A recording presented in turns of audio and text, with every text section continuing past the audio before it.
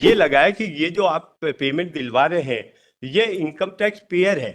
7/7/2008 को maintenance order माननीय जिला न्यायाधीश श्रीमान हरदा उन्होंने उसको निरस्त भी किया है। 13/82/22 में आपने जो जवाब दिया है उसमें एक भी जगह ये नहीं लिखा पूरे जवाब में कि she is income tax payer. पिछली बार तारीख पर माननीय न्यायालय ने ये फरमाया था कि पत्नी इनकम टैक्स पेयर है अथवा नहीं, तो आपने फरमाया था कि अगली बार इसका जवाब पूछ के एडजुडिकेशन नहीं होगा, वो उसका एडजुडिकेशन नीचे हो गया है। नहीं सर, पूछा गया था और आपने जवाब के लिए समय। पिछले अदालत ने क्या बोला कि हमको जो लॉ मालूम है उसके मुताबिक हम चलेंगे। हाँ सर, तो अब जो आज जो इनकम टैक्स पेयर है सर, आपने वारंट के खिलाफ लगाया ना? नहीं सर, ये लगाया कि ये जो आप पेमेंट दिलवा रहे हैं ये इनकम टैक्स पेयर है। और जब 2005 काम करिए, आप कोई वकील साहब एंगेज करिए, वो ज्यादा लॉ समझ पाएंगे। आपको लॉ नहीं मालूम, आप फैक्ट्स से सर, मुझे तो माननीय न्यायालय ने जो फरमाया मेरे सामने, और आपने उसके लिए समय मांगा था कि अगर इनकम टैक्स पेयर है तो मैं पूछ के बताऊंगा। That is not the issue whether she is an income tax payer or not। तो इनकम टैक्स पेयर होगा तो मुझसे 125 की पहली शर्त है सर। कराइए ना, जो नीचे नहीं, वो इन्होंने नहीं कराया, मेरे को तो साहब 498 का देखिए साहब, मैं ऑर्डर निवेदन कर देता हूं। एक बार ट्रायल कोर्ट ने ऑर्डर कर दिया मेंटेनेंस, उसकी अपील होगी, फाइल करो आप। नहीं, उसकी फाइल हो गई। उसके बाद 17/2/20 को माननीय उच्च न्यायालय ने एक ऑर्डर पारित किया श्रीमान एम पी गुप्ता साहब ने कि अगर आपने 498 का केस जीत चुके हैं। एक बार मैं आपको एक ही बार लास्ट बताऊंगा, otherwise you engage the council और will pass the order. We know what is the law. This is a writ appeal arising out of the order passed by the federal bench in a writ proceedings where you have challenged issuance of a warrant. That's all. That is the only issue here. Sir, मेरी 74 साल की कितने साल की उम्र है, क्या है, आपको जो मेंटेनेंस दिया सही है गलत है, वो यहाँ एग्जामिन नहीं होगा, वो अपील में होगा। आपके जो ओरिजिनल ऑर्डर को चैलेंज करो आप किया होगा, उसमें डिसाइड होगा। सर, ओरिजिनल अपील की अपील करने पर 7/7/2008 को वो निरस्त भी हो चुका, फिर वापस ऑर्डर हुआ। 7/7/2008 को मेंटेनेंस ऑर्डर माननीय जिला न्यायाधीश श्रीमान हरदा उन्होंने उसको निरस्त भी किया है।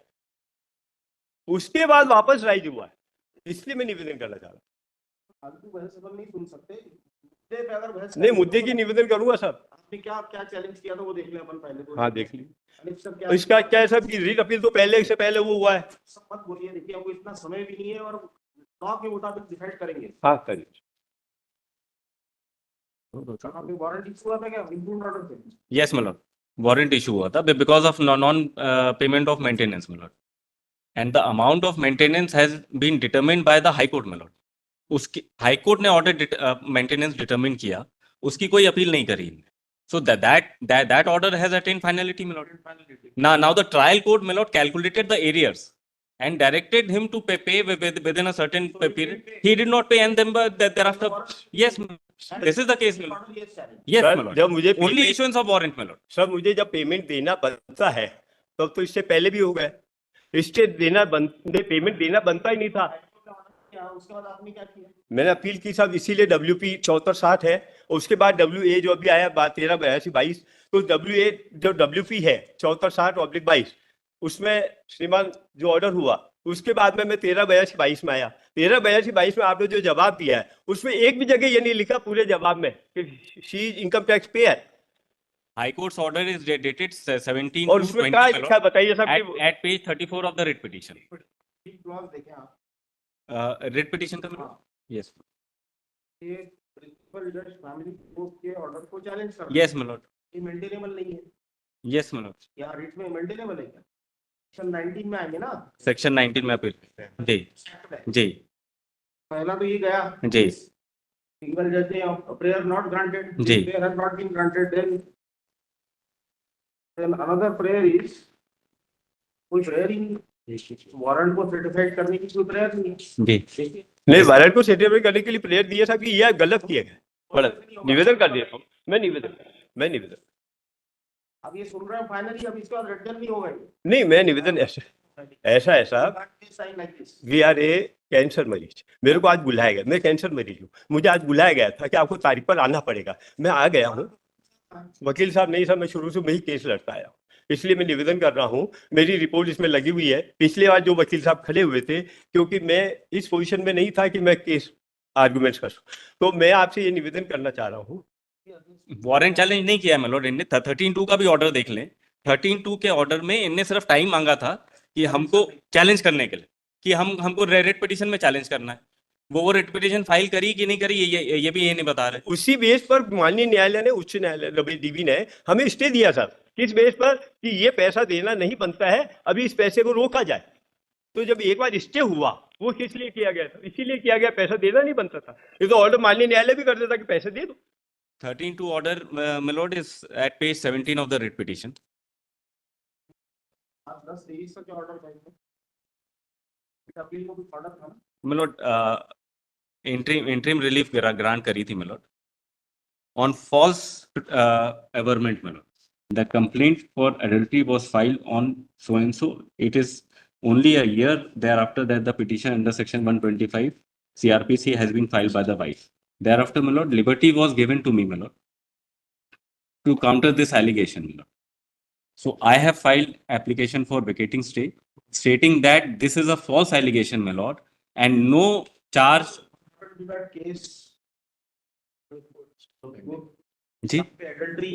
एडल्ट्री का कोई केस ही नहीं है, my lord. है sir, This is what I have shown in my vacating stay, my lord. Last order ये किया गया एडल्ट्री। ऑर्डर छोड़िए, आप कुछ डॉक्यूमेंट बताइए।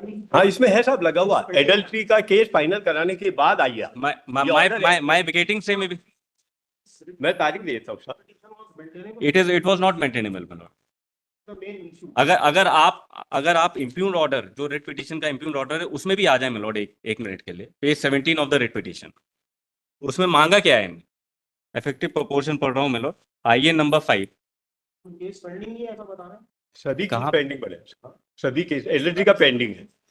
मेलोड, Adultery pending है। एक पेंडिंग है, but that is not on adultery मेलोड, not on adultery नहीं, मेलोड। मैं doctor- Why doesn't he allow me to speak, my lord? He's interrupting.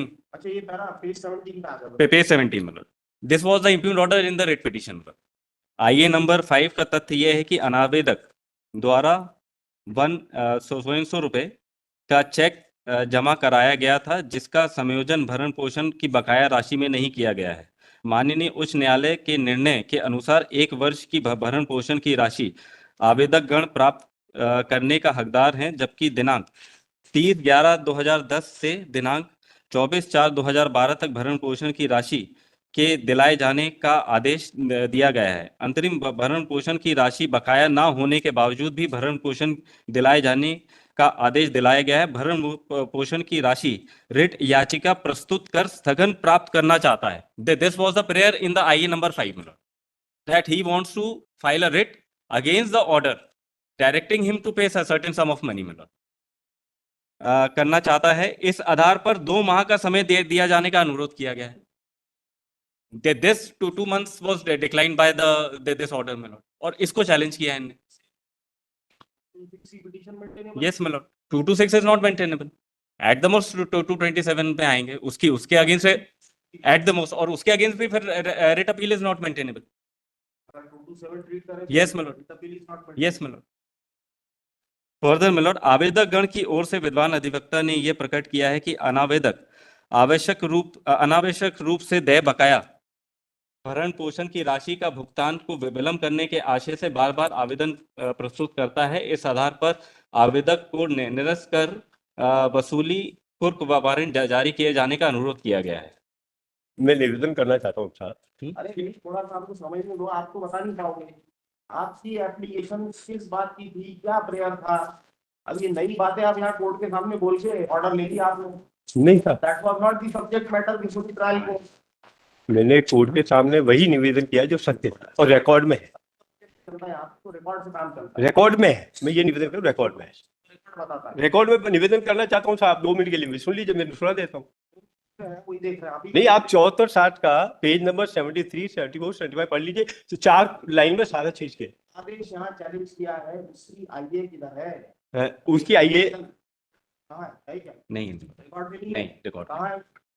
उसमें हम आपका प्रेयर देखना चाहते हैं। यही है कि एडल्ट्री वाला केस चल रहा है और इसको ये नहीं है, आपकी प्रेयर है कि 2 महीने का समय दिया Yes, है। नहीं नहीं, मेरी प्रेयर ये है साहब, एलएलडी का केस भी चल रहा है, 498 जीत चुका हूं और माननीय उच्च न्यायालय ने 17/2/20 को ऑर्डर पारित करके ये फरमाया था कि अगर आप किसी भी फौजदारी मुकदमे में जीत चुके हैं तो आप मेंटेनेंस स्टॉक करा सके, और वो महिला ने किया था 498 और उसमें मैं 2015 में जीत चुका था। 2015 से अब तक मैं खाली यही निवेदन कर रहा हूँ। sir, साइड करना है इसको। my apologies.